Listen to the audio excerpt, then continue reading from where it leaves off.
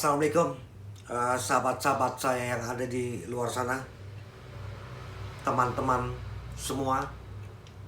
Saat ini saya mau membicarakan tentang handsome. Handsome itu orang London bilang ya. Kalau orang kita bilang ganteng banget tuh cowok gitu guys. Jadi kegantengan itu atau handsome itu adalah anugerah ya, pemberian dari Allah Subhanahu wa Ta'ala ke manusia sehingga teman-teman jadi handsome atau ganteng. Jadi saya beritahu sedikit tentang kegantengan manusia. Nah, banyak teman-teman yang handsome, yang ganteng ya. Kadang-kadang kegantengannya itu disalahgunakan ya. Aku ulangi kembali. Kegantengan itu bisa disalahgunakan untuk kaum Hawa, ya kan?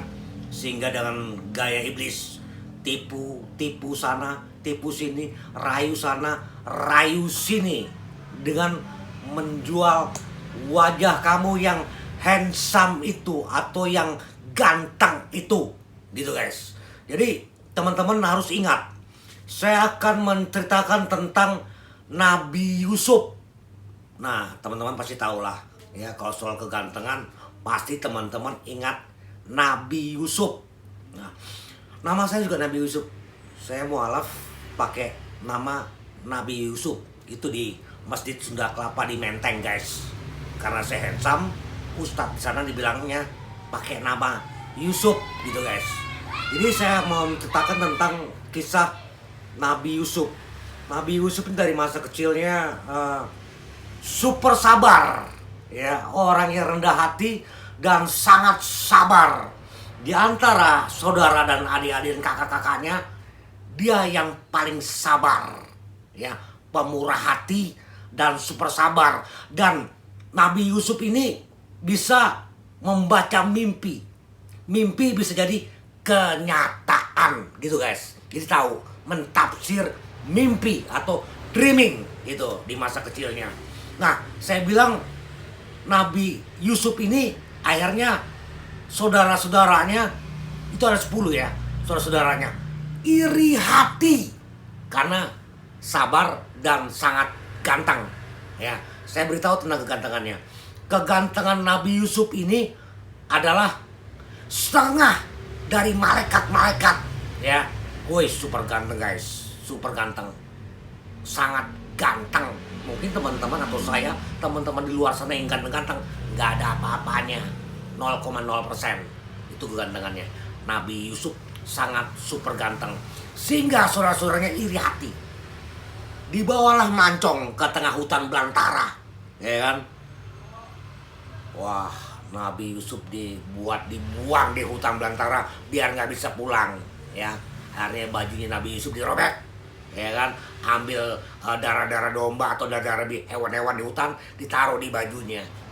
Baru saudara-saudaranya melapor kepada orang tuanya Nabi Yusuf atau saudara-saudaranya, Pak, Nabi Yusuf telah meninggal dimakan oleh hewan atau apalah, ya kan. Ini bajunya pada darah-darahnya, Pak. Akhirnya orang tuanya atau fathernya menangis karena Nabi Yusuf ini sangat disayang oleh fathernya, oleh bapaknya. Sampai saking sedihnya itu fathernya, buta mata bapaknya Nabi Yusuf. Saking sedihnya guys, gitu ya. Sedihnya sangat luar biasa guys. Saya pun ikut sedih nih ya. Sedihnya sangat luar biasa. Sehingga fathernya menjadi blank, buta, karena kehilangan Nabi Yusuf yang super sabar ini. Nah, akhirnya ditemukan Nabi Yusuf ini oleh seseorang, akhirnya dirawat ya, sehingga pas betulnya menemukan dia orang yang kaya ya, dirawat dia Nabi Yusuf sampai besar ya. Waduh, wajahnya makin super ganteng guys, udah kayak malaikat guys, super ganteng guys, ya kan. Sampai-sampai itu para wanita atau para gadis-gadis ya, kalau lagi motong ayam atau motong domba atau motong hewan lainnya, sampai terpesona melihat kegantengan Nabi Yusuf. Jarinya dipotong guys, jarinya guys, saking terpesona sama kegantengannya Nabi Yusuf itu, karena kegantengannya dari Allah ya, dari Allah kegantengannya. Jadi sangat terpesona kaum Hawa melihat dia, ya kan.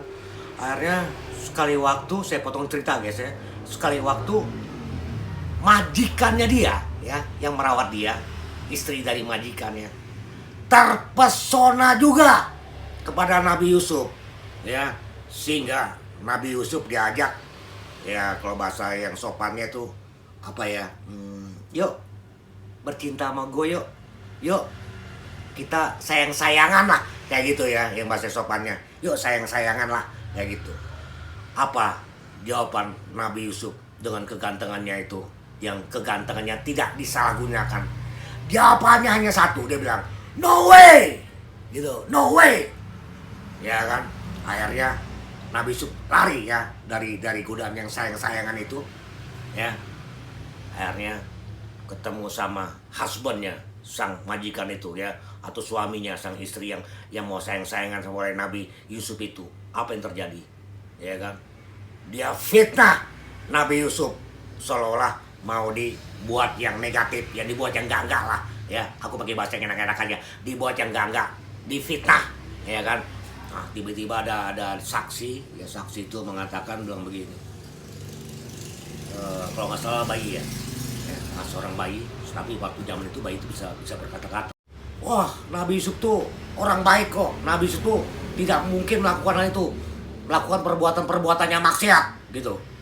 Apa omongan sang bocah itu, anak kecil itu?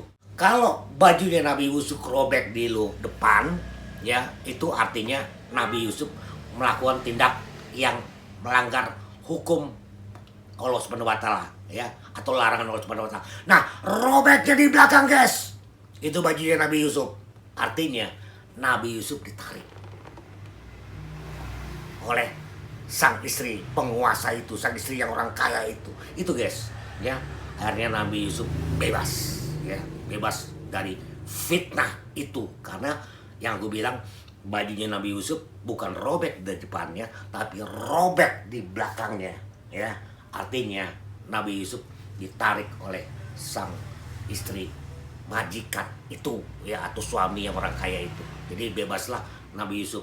Nah, arti dari kisah Nabi Yusuf ini ya, artinya gini guys, teman-teman itu harus pergunakan handsome kamu atau keuangan kamu atau kaya kamu untuk orang yang kau cintai, orang yang kau sayangi, yaitu your wife, your istri, atau sebaliknya sang istri cantik jelita sekalipun untuk suaminya, gitu guys. Arti dari kisah ini ya, untuk suaminya, atau kamu handsome untuk istri kamu, gitu ya, bukan sembarang tempat, gitu guys. Pengertian dari kisah Nabi Yusuf.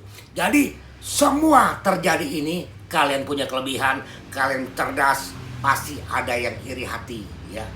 Usahakan kalian banyaklah berdoa, banyaklah membaca ayat suci Al-Quran, supaya godaan-godaan itu kalian bisa lewati semua, gitu guys ya. Jangan sampai kalian terpesona dengan hal-hal yang di luar dugaan kita. Depan kita baik, belakang kita tidak baik. Jadi teman-teman, pergunakanlah ya kegantengan kamu, handsome kamu untuk your family atau your wife, atau sebaliknya kegunakan kecantikanmu atau beautiful kamu atau beauty kamu sebagai seorang wanita atau seorang istri kepada suami kamu, kayak gitu guys. Jadi jangan menyalahgunakan kegantengan dan kecantikan ya. Pergunakan kecantikan itu pada mukrimnya, gitu guys ya, jangan macam-macam. Oke guys, terima kasih. Wassalamualaikum Bye, see you.